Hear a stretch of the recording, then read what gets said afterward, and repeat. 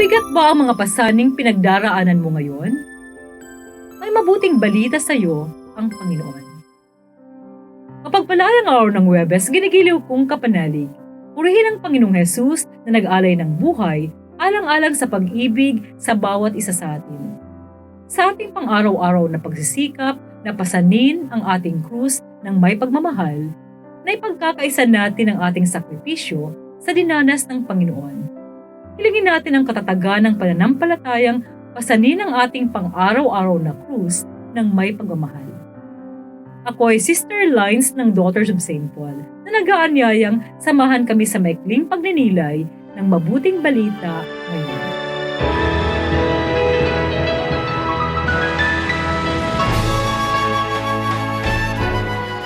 Sinabi ni Jesus sa kanyang mga alagad, kailangang magtiis ng marami ang anak ng tao. Itatakwil nga siya ng mga matatanda ng bayan, ng mga punong pari, at ng mga guro ng batas. Papatayin siya at muling babangon sa ikatlong araw. Kung may gustong sumunod sa akin, itakwil ang kanyang sarili at kunin ang kanyang krus araw-araw para sumunod sa akin. Sapagkat ang naghahangad na magligtas ng kanyang sarili ay mawawala nito, at ang mawawala nito alang-alang sa akin ay siyang makapagliligtas nito. Ano ang pakinabang ng tao? Tubuin man niya ang buong daigdig, at mawawala naman o mapapahamak ang kanyang sarili.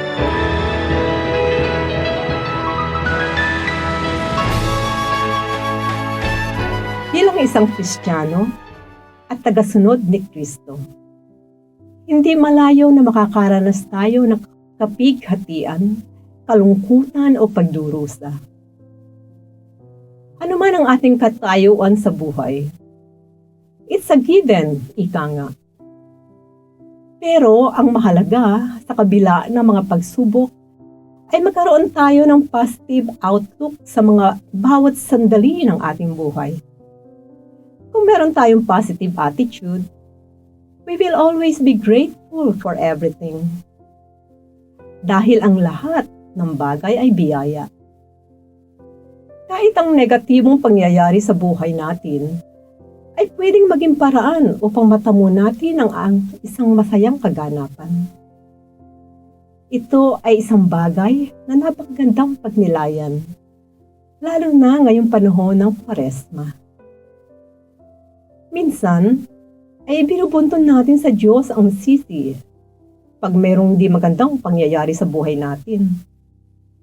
Pero isipin natin na hindi tayo bibigyan ng Panginoon ng mga pasaning hindi natin kayang dalhin. Meron ngang isang kwento tungkol sa isang lalaki na nag-complain sa Diyos dahil di na niya makayanan ang mga dinadalang problema sa buhay. Nag-ask siya kay Lord kung pwedeng palitan ng magaan ang krus na pinapasan niya sa buhay. Pinagbigyan naman siya ni Lord at dinala siya sa isang silid na puno ng mga crosses na iba't iba ang sizes at weight. Pinapili siya ng krus na sa palagay niya ay kaya niyang pasanin. Pumili naman ang lalaki na isang krus na katamtama ng laki at kaya ang bigat nang ipinatong niya ito sa kanyang balikat. Napangiti ang Panginoon nang makita ang krus na pinili at nagwika sa kanya. Ang pinili mong krus ay di nag-iba. Iyan din ang krus na dinadala mo sa ngayon, na akala mo ay napakabigat at di mo kayang pasanin. Kapanalig, mabigat ba ang pasanin mo sa buhay? Ang problemang hinaharap mo? Tawag ka lang sa Panginoong Hesus. Higpitan mo lamang ang kapit sa Kanya at tutulungan Kanya. Hinding-hindi Kanya bibitawan. Dahil si Jesus ay lagi nating katuwang sa anumang pasanin sa buhay. Ayon nga sa aming founder na si Blessed James Alberione, by ourselves, we can do nothing. But with God, we can do everything.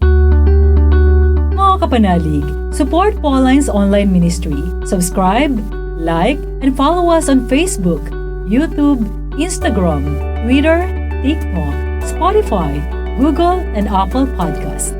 Maraming salamat po. At sa lahat na nag-message sa amin na humihingi ng panalangin para sa iba't ibang intensyon, asahan po ninyong kasama nyo kami sa pagdarasal na ipagkaloob ng Diyos ang inyong mga kahilingan. Ito po muli si Sister Lines ng Daughters of St. Paul na nagpapaalalang walang hanggang pag-ibig ng Diyos ating panaligan, nananatiling matapat at hindi nagmamaliw magpakailanman. We are here to provide a new way of communicating and proclaiming the gospel.